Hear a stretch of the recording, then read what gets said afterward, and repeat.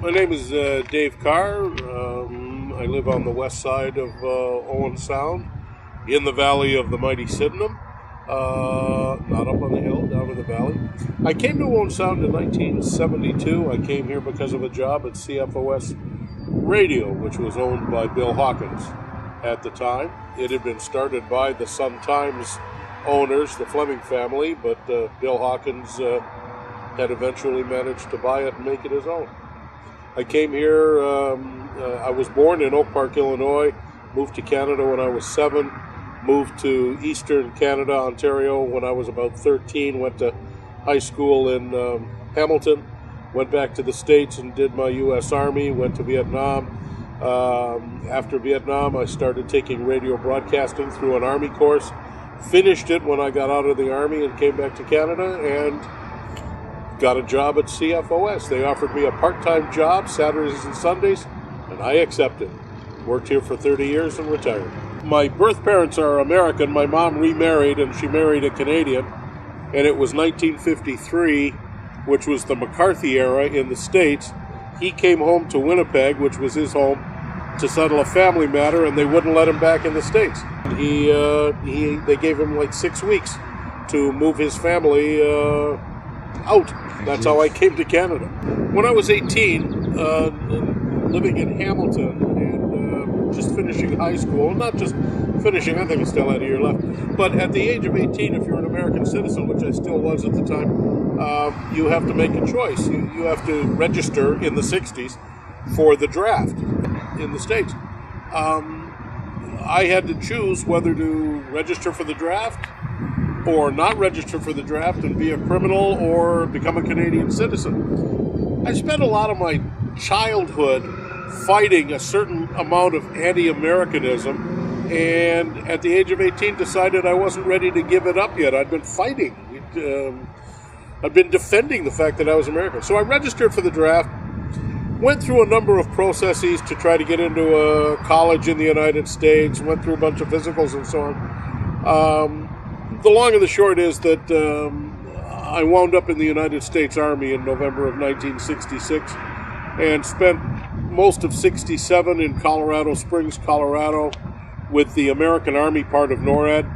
And then I got sent to Vietnam for a year. The entire year of 1968, including the famous Tet Offensive in 68, I was in Vietnam for all of that. Came back to Colorado, finished my Army, and it was in Colorado that I started taking radio broadcasting for, and that led me to applying for jobs, and that led me to CFOS. Radio is one of those jobs. If you have the opportunity to engage your mind in radio, it can be as fascinating as you want to make it. I started out Saturdays and Sundays as a newscaster. I was working, and I was recently married, so I'm living in Hamilton, and I would work Monday to Friday. I was managing a gas station, an Esso station in Waterdown, actually. And then I would drive Friday night.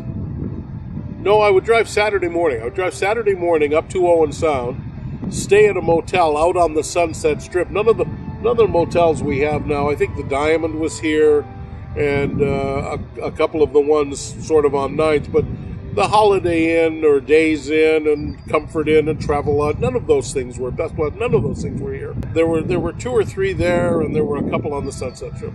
I'd stay at a cheap motel on the Sunset Strip, work at CFOS Saturday afternoon and all day Sunday, and then drive home to Hamilton and get up and go to work on Monday morning. I did that only for about 3 months, and circumstances changed. The fella that I was replacing on weekends quit, and I got a full-time job in, I think, November of 72, and parlayed that into 30 years. What was fascinating about it? Within 2 years, I was news director, and it's just circumstances. I'm sure I had to learn an awful lot on the go, but I was news director for 5 years, and I was program director for 5 years, and at that point, I had to decide, did I want to be an entertainer or a suit, if you know what I mean? And I decided that my strength was going to be as an entertainer, not in administration. So I gave up program director, relinquished that to someone who was far better than I. And in the process, I also took on the Open Line, the talk show. I was the second host of the Open Line, and did that for 23 years. I'll tell you, if you've never been here before, the trees have grown, and you don't really have a sense when you're coming up Highway 6, which is the highway I came up. But I think that it's true also of Highway 10. If you're coming to Owen Sound, you don't really pass anything truly remarkable. I mean, truly remarkable. No offense to everybody who lives between Owen Sound and Hamilton, but you don't pass anything truly remarkable. But there's a point up around, I think it's between 8th and 9th Street on 9th Avenue East. When you come over the hill, you're headed north, and you just come over the hill, and you get your first glimpse of the bay. And actually you're coming in by the Centennial Tower, and you see the vista of this city in the valley. And then 2 blocks later, you come over that hump and you see the bay. And you say, yeah, I could live here. Yeah. Yeah. It's that simple. And you don't even see that much of the bay. When you come over that hill, drive it sometime and just take a look as you come over that hill. I'm sure you see a lot less now. In 40 years, the trees have grown. But when you come over that hill, you get a glimpse of the bay and say, yeah, I could live here. Huh. Yeah, it's going to be all right, I think was, the first time you come to Owen Sound, you say, what am I getting into? Never heard of Owen Sound. In fact, 40 years ago, this place was a deep, dark secret to anybody who lived basically south of Mount Forest, I think. Right. Some vacationers came here, but it was nice. Well, the downtown was always interesting and attractive, but the downtown core of Owen Sound in particular really, really, really strengthened, especially I think in the 80s and into the 90s. It's more service-oriented now than retail, I think, but the preservation of the look of downtown Owen Sound is still just a most attractive place to go to. That's one thing that I think has held through the development of the harbor front. I wish there were more active use of the inner harbor inside the grain elevator. I wish there were more active use of the water that's right back there. But development of the walkways and so on, the advent of the Chichima. When I came here, the Nor Isle and the Norgoma were the 2 ferries, and they sat right out here in the wintertime. There was 2 ferries that worked between Tobermory and South Baymouth. And then about 30 years ago, the Chichima was built in Collingwood. And having that here from October till April it's one of the iconic things about Owen Sound. Yeah. Church steeples, I can see St. Mary's from here. I don't think I can see St. George's from here. And Knox had a steeple when I came here, and it came down, and now there's not even a Knox church anymore. Development of the Sunset Strip has been huge. There were a few things out there. Food City and the bowling alley, and a couple of car dealers. Over the 40 plus years that I've lived here, that's where the concentration of car companies has gone. They weren't all there. The funeral home on 14th Street, Brian Woods, that used to be a car dealership. That was Guardhouse Motors. Dominion Motors was downtown, roughly where Gray Fair is. Or no, not where Gray Fair is. Around near the corner of 9th and 2nd East. Dominion Motors was in there. But now that's Peninsula Ford now, and everything's gone out to the Sunset Strip. Those are some of the developments. Retired in 2002, in November of 2002, after exactly 30 years. Right. Almost to the day. And everybody thought I was going to leave. And I'm not sure whether they thought I was going to go to the States. Right. Or not. And I became a Canadian in 1996. And it's interesting that, it's still my Americanism that everybody knows and understands. And I celebrate that. That's my birthright. But everybody thought I was going to leave. I'm not sure they thought I was going to go to the States. And there was an awful lot of surprise in 2002 when I said, no, I'm going to live here. And why would I not live here? I don't winter in Florida like so many other people. I stay here through the winter. I snow blow my driveway. If it snows deep enough, I just don't go outside anymore. I'm just retired. You know, but the snow here stays white. Yeah. It doesn't pile up past your door, past your windows, except those, once in a century storms that we've had one or two of. And this is a great place. This is a 4-season. Winter's not bad here. Summer's great here. Spring is beautiful here. Yeah. Autumn is absolutely delightful. This is one of the most colorful places. Why would I go anywhere else? Yeah. Seriously. Now, I go all kinds of places. I like to travel. Right. But to live, why would I live anywhere else? One of the things about Owen Sound that I kind of miss is the trains, but only partially. Down right off the end of the 10th Street Bridge, and working at the museum, I don't know if you've seen pictures, there used to be a railway bridge across the harbor just outside the 10th Street Bridge. Okay. And what it did was, you had the CP tracks on that side, and the CN tracks. These were the CN tracks right here, behind me. And they met at 10th Street.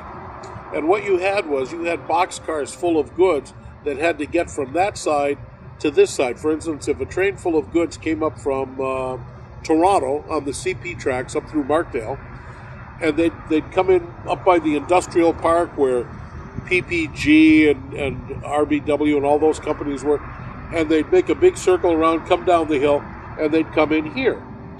And the CN trains coming out of roughly, I think they call it the Stratford line, they would come in on this side, and then they had stuff that had to be gotten to the glass plant. Well, there was a little shunting engine and the railway bridge, and the tracks went straight up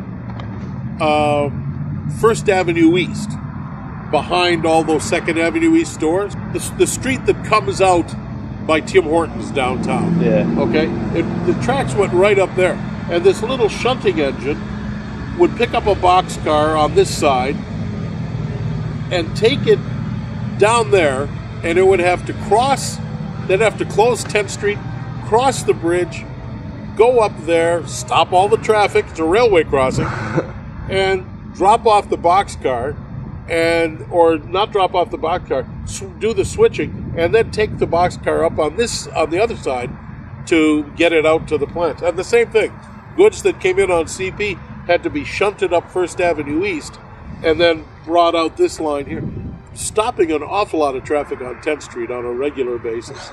And they had lights and the gates and everything. When that little shunting engine was working, and you could hear it all over downtown, just like the Kennedy whistle. That is one of my strong memories of Owen Sound. And I only came here in '72. The other thing I remember is all the factories out the West Shore, the East Shore, where the Bayshore Community Center is now, and all along that way. Keenan's was out there, and Russell Brothers, and all kinds of factories out there. And I remember Keenan's was woodworking, and I remember in probably about 1975 or so, Ed Eldred, who was the sports director at CFOS at the time, we wound up helping the firefighter. There was a fire at Keenan's, and the fire got into those layers and layers of sawdust that were on the ground outside. Ed Eldred and I were humping hose with the fire department. We'd gone down to cover the story and wound up helping fight the fire, carrying hose. You wouldn't see that today, I don't think. I'm eligible to join the American Legion, the Royal Canadian Legion, the Vietnam Veterans Associations, the Veterans of Foreign Wars of the United States. I was eligible to join the Pearl Harbor Survivors Association because my dad was at Pearl Harbor on December 7th, 1941. Oh, that association has disbanded because there are so few members left. I was eligible to join a lot of these things, and I never did. I support the Legion. I wear my poppy, and it's interesting, if I have to be in the United States approaching November 11th, right, as I have had occasion to do, always wearing my poppy. Yeah. And I remember being at a major marching band competition in Indianapolis, and I thought I was the only one wearing a poppy. And there, in a booth selling band uniforms to high schools, there was a lady wearing a poppy. She was from Nova Scotia, Okay. but I think we were the only two. And people ask about it, and it gives you a great opportunity to talk about the poppy campaign, because that's a British, Canadian, Commonwealth, Empire thing. The Americans don't wear a poppy or anything like that on either Memorial Day or So it's a great. If you're going into the States around that time, to wear your poppy is a good thing. Yeah, but I'm not a member now. Through my career at CFOS, I was a member of all kinds of things. I was on the Economic Development Committee, tourism. The city had a visitor and convention bureau for a time. I was on that. I guess at one point one was called the Industrial Committee, and I think I was on that. There were several other things that I did, but I never joined a service club per se, Rotary Kiwanis, and I never joined the Legion or any service-related, like military service-related organization. And I can't tell you why not. We used to make jokes about the annual St. Patrick's Day fire in downtown Owen Sound, because only 2 years in a row, there was a major fire on St. Patrick's Day in downtown Owen Sound. I think, if I remember correctly, one of them was Ireland's bookstore, which is roughly where Carruthers, or I guess now it's Nickel Insurance, on the main street, and the Bank of Commerce was damaged. That's how we got the current Bank of Commerce. The old building, I think, was damaged and replaced. And then the other St. Patrick's Day fire was on 9th Street, right across from the radio station. The Alps restaurant was over there, and I'm not sure what some of the other stores were across the street, but there was a major fire over there. But the best one, the parking lot of CFOS, used to be a 3-story red brick old hotel. In fact, the very back end of CFOS, I don't know if you can look at it, maybe from the Sun-Times parking lot, but the back end of CFOS is all old stone, and it's it used to be the stable for this 3-story hotel. Okay. And the CFOS newsroom was right along there, and there was an alley basically just wide enough to get a car into this alley between the two buildings. So you're in the CFOS newsroom. We prepared our newscasts on a countertop right in front of the window. big window. One morning, the owner of the radio station comes walking in, and there's a newsman preparing his news to take it into the studio. He's assembling his newscast. And the owner of the radio station comes in and says, "Good morning, good morning, good morning, good morning, good morning." Says, "Do you notice anything unusual happening?" And he says, "What's going on? Do you see anything unusual?" He says, No, just getting my newscast." He says, "Well, the building right across from you is on fire." The chap was standing in the window. He's no longer. He hasn't been with CFOS for years and years and years and years. Standing in front of the window, doing all of this, and the building right 3 feet away from him was on fire. That building that day burned to the ground, and that's how we got the parking lot. And a man was actually killed in that fire.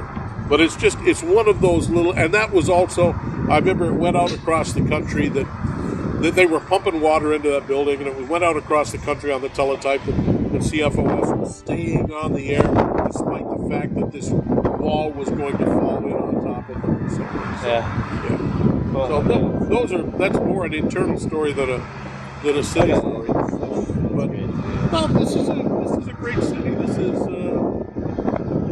I think it's still one of the best kept secrets in Ontario. I think there's an awful lot of people who really don't understand what it means to come and put down some roots in Owen Sound and live here. And the fact that either there are opportunities here or the chance to make your opportunities here. And I think if some people don't see the opportunity already waiting for them, they don't make the connection that they could come here and rule the world. And there are world-class businesses and world-class products being produced, not just in Owen Sound, but in this region.